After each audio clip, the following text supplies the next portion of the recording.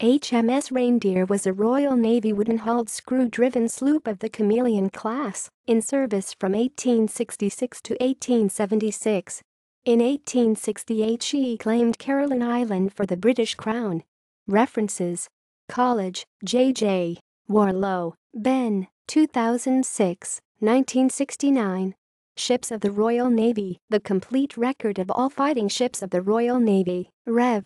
ed. London, Chatham Publishing. ISBN 978-1-286-281-8. OCLC 67375475.